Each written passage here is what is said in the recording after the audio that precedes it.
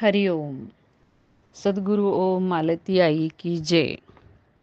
व्रजभूमीतील भक्त या कथामालेतील 9वी कथा आज आपण पाहणार आहोत.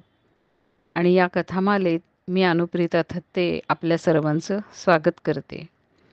कथा अगदी छोटीशी आहे, परंतु आपण कुठलेही परमेश्वराची सेवा जर मन लावून केली तर त्या छोट्याशा सेवेने सुद्धा आपल्यावरती भगवंत प्रसन्न होतो. हा संदेश, मोलाचा संदेश या कथेतून आपल्याला मिळतो.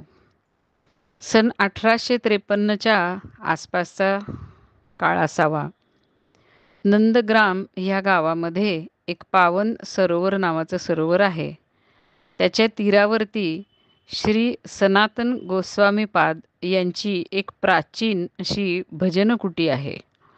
तिथे श्री गौरदास बाबाजी हे राहून भजन करत असत. ते सिद्ध पुरुष होते. आता ते सिद्ध पुरुष कसे झाले याचीच ही छोटीशी कहाणी आहे.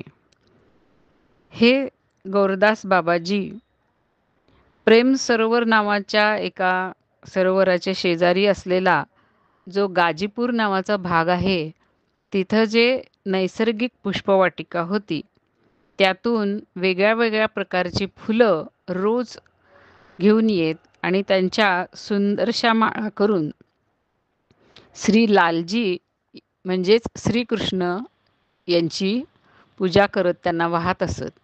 म्हणजे ते ज्या मंदिरामध्ये सेवा देत असत तिथल्या विग्रहाचं नाव श्री लालजी असं होतं.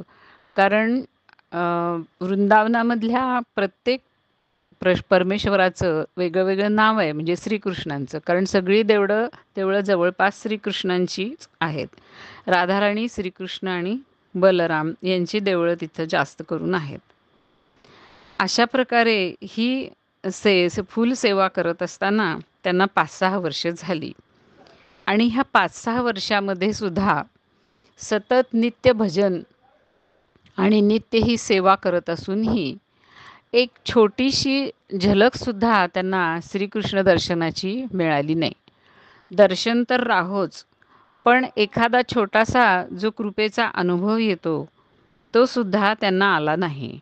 त्यामुळं साहजिकच त्यांच्या मनामध्ये एकदा निराशा दाटून आली आणि एक भक्ताचा जो एक सार्थ अभिमान असतो तो त्यांच्या मनामध्ये अगदी असा गजबजून आला.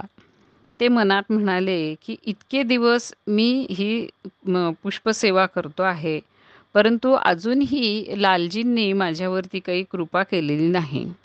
ह्यांचं श्रीकृष्णाचं हृदय फार कठीण आहे. जर वृषभानुनंदिनी म्हणजे राधा यांची मी अशी मनप्राण लावून सेवा केली असती तर त्या माझ्यावर नक्कीच प्रसन्न झाल्या असत्या. कारण त्यांचं हृदय हे करुणेने भरलेलं आहे.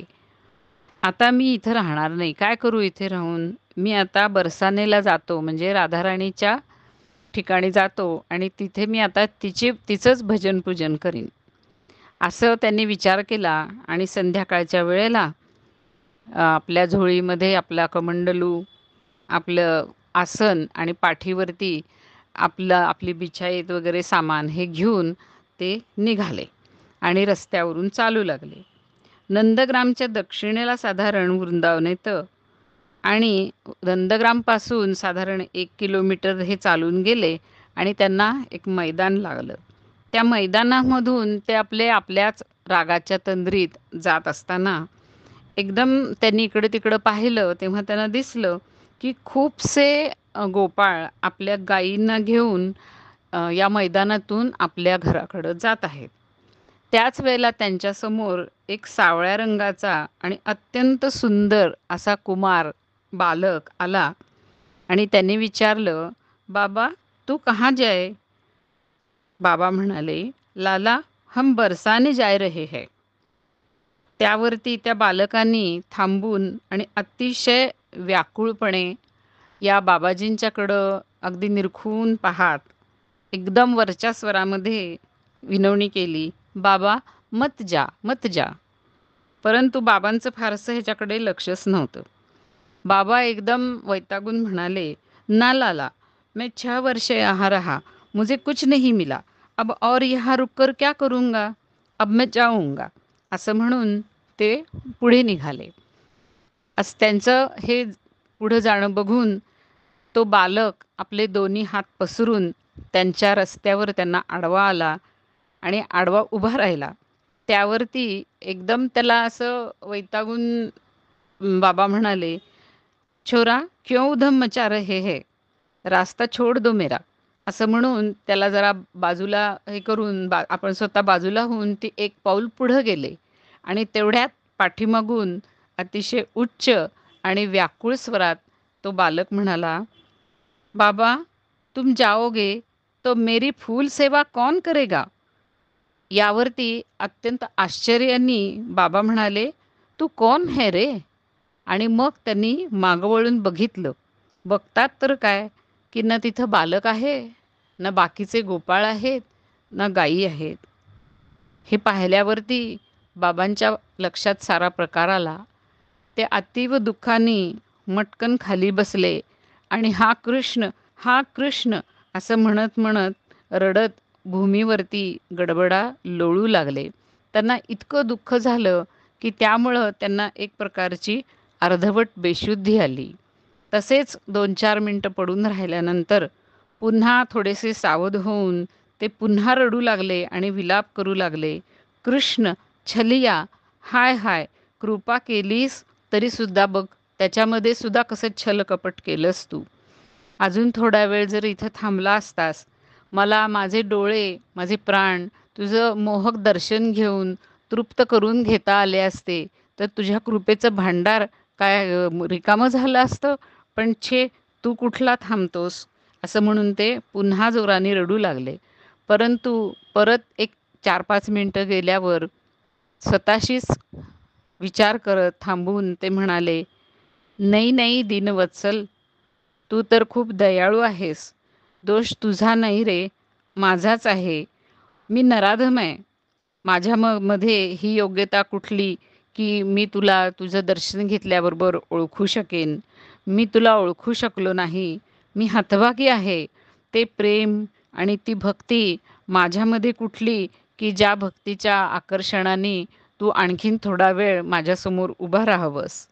असं म्हणून ते तिथेच बसून राहिले.